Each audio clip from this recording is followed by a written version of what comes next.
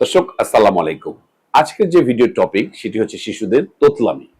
অনেক ক্ষেত্রে আমাদের কাছে মা বাবারা আসেন যে বলেন স্যার আমার বাবুটা কেমন ভেঙে ভেঙে শব্দ বলছে, যেমন আমি খাবো, আমি যাব। অর্থাৎ প্রথমে বলতে গিয়ে বাবু আটকে যাচ্ছে, পরে কিন্তু বাবু বলতে পারছে। জি দর্শক, এটিকে স্টাটারিং বা স্ট্যামারিং বলে এবং এটি সাধারণত 2 থেকে 5 বছরের বাবুদের ক্ষেত্রে এটি কিন্তু দেখা যায়। অনেক মা বাবার আমাদের কাছে আসেন যে স্যার আমার বাবু তাকে সুন্দর কথা বলতো, হঠাৎ করে কি হলো, কেমন তোতলামি শুরু করেছে, প্রথমে কথা বলতে তার এত কষ্ট হচ্ছে, কিন্তু স্যার শেখানো জিনিসগুলো পারে, কবিতা টবিতা সব সুন্দর বলে, কিন্তু কোনো কিছু বলতে বললে আটকে যায়। দর্শক, আজকে আমি বলবো এই বিষয়গুলো নিয়ে আসলে তেমন আলাপ হয় না। স্টাটারিং বা স্ট্যামারিং বা তোতলামি 2 থেকে 5 বছরের বাবুদের কিন্তু 70 থেকে 80 ভাগ ক্ষেত্রেই নর্মাল, এবং এটি কিন্তু যদি আপনি সঠিকভাবে এইটিকে আপনি যদি ম্যানেজ করতে পারেন তাহলে কিন্তু এটি ভালো হয়ে যাবে। তো দর্শক, মূল ভিডিওতে যাওয়ার আগে আমি আমার পরিচয় দিয়ে নিই। আপনারা অনেকেই জানেন ডাক্তার আহমেদ নাজমুল আনাম আমি, এবং আমি শিশু কিশোর নবজাতক এবং শিশু হৃদরোগ বিশেষজ্ঞ ও সহযোগী অধ্যাপক, এবং মাতুয়ালে যে আইসিএমএইচ এর সেটি শিশু যে আইসিইউ আছে পিআইসিইউ এর প্রধান হিসেবে আমি কাজ করছি। তো দর্শক, প্রথমে আমরা জানবো যে কেন স্টাটারিং বা তোতলামি বা স্ট্যামারিং হয়। নাম্বার ওয়ান, এটি হচ্ছে যে বাবুদের যে কোনো ধরনের দ্রুত ভাষা শেখার যেটা ফল। বাবুরা জানেন যে 2 বছরের ভিতরে অনেক দ্রুত ভাষা শেখা শুরু করে। অনেক বাচ্চা কিন্তু এটা তালগোল পাকিয়ে ফেলতে পারে। যেটা সবচেয়ে ইম্পর্টেন্ট 2 নম্বর, মস্তিষ্ক এবং কথা বলার পেশির ভিতরে যদি সমন্বয় না থাকে তখনই বাবুরা কথাটা শুরু করতে গিয়ে তোতলানো শুরু করে। 3 নম্বর, মানসিক কোনো চাপ। বাবু যদি নিজস্ব কোনো মানসিক চাপে থাকে তাহলে কিন্তু এটা হতে পারে। 4 নম্বর, খুব দ্রুত কথা বলতে যাও। অনেকে তাড়াহুড়া থাকে, মা বাবারা তাড়াহুড়া করেন, চাপ দেন তাড়াতাড়ি বলো, তখন কিন্তু বাবুদের এটা প্রবলেমটা হয়। এবং কিছুটা জেনেটিক তো আছেই, সাধারণত দেখা যাচ্ছে ফ্যামিলিতে মা বাবাদের ভিতরে বা তার কারো ভিতরে এই তোতলামির সমস্যাটা আছে, তাদের ক্ষেত্রে এটি হতে পারে। তো দর্শক, আমি আবারও মনে করে দিচ্ছি যে 70 থেকে 80 ভাগ ক্ষেত্রে কিন্তু এই তোতলামি ভালো হয়ে যায়। তবে হ্যাঁ, কারো কারো ক্ষেত্রে থেরাপির প্রয়োজন তো হতেই পারে।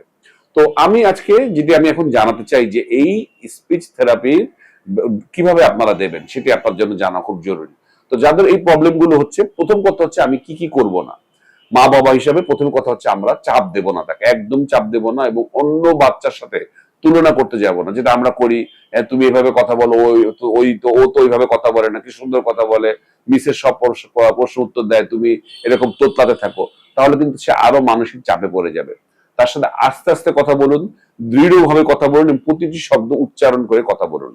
2 নম্বর, বাবুকে চাপে রাখবেন না। কোনো যদি মানসিক চাপ তার থাকে তাহলে সেই চাপ থেকে তাকে বের করতে সাহায্য করুন। 3 নম্বর, পর্যাপ্ত সময় দিন তাকে। সে সময় নেবে এবং যা কিছু করবে সে আস্তে আস্তে করবে। তো সুতরাং সে যখন দেখবে যে তাড়াহুড়োর দরকার নেই, তখন কিন্তু সে কথাটা ডেলিভারি দিতে তার সমস্যা হবে। সাধারণত আমি বলেছি কথার শুরুতে কিন্তু প্রবলেমটা হয়, যেটা আমি বললাম ফাম্বল করা, যেটা বলি ভেঙে ভেঙে কথা বলবে।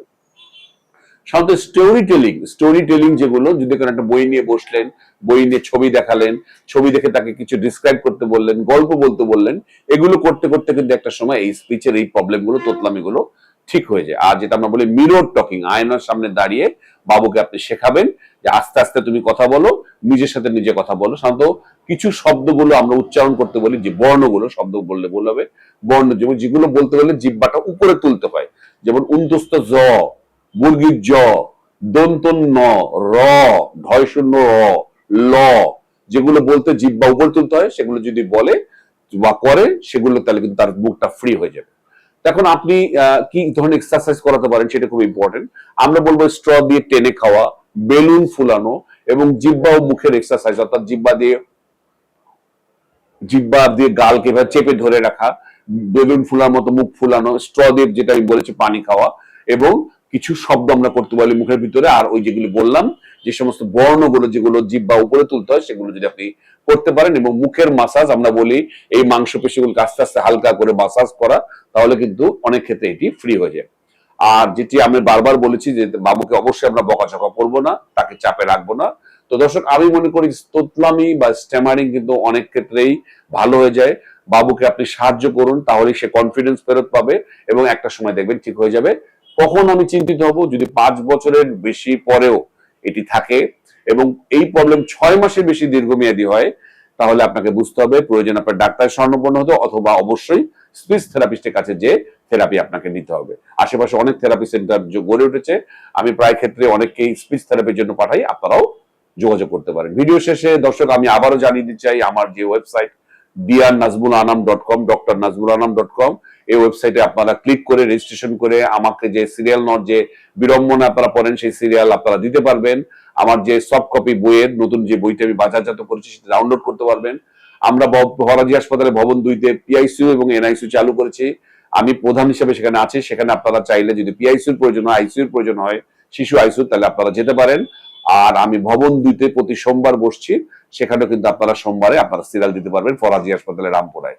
আর ওয়েবসাইটে বিস্তারিত লিঙ্ক আপনারা ভিডিও দিচ্ছে, আপনারা দেখতে পাচ্ছেন। আজ এ পর্যন্তই। পরবর্তী নতুন কোনো টপিক নিয়ে আবারও হাজির হব।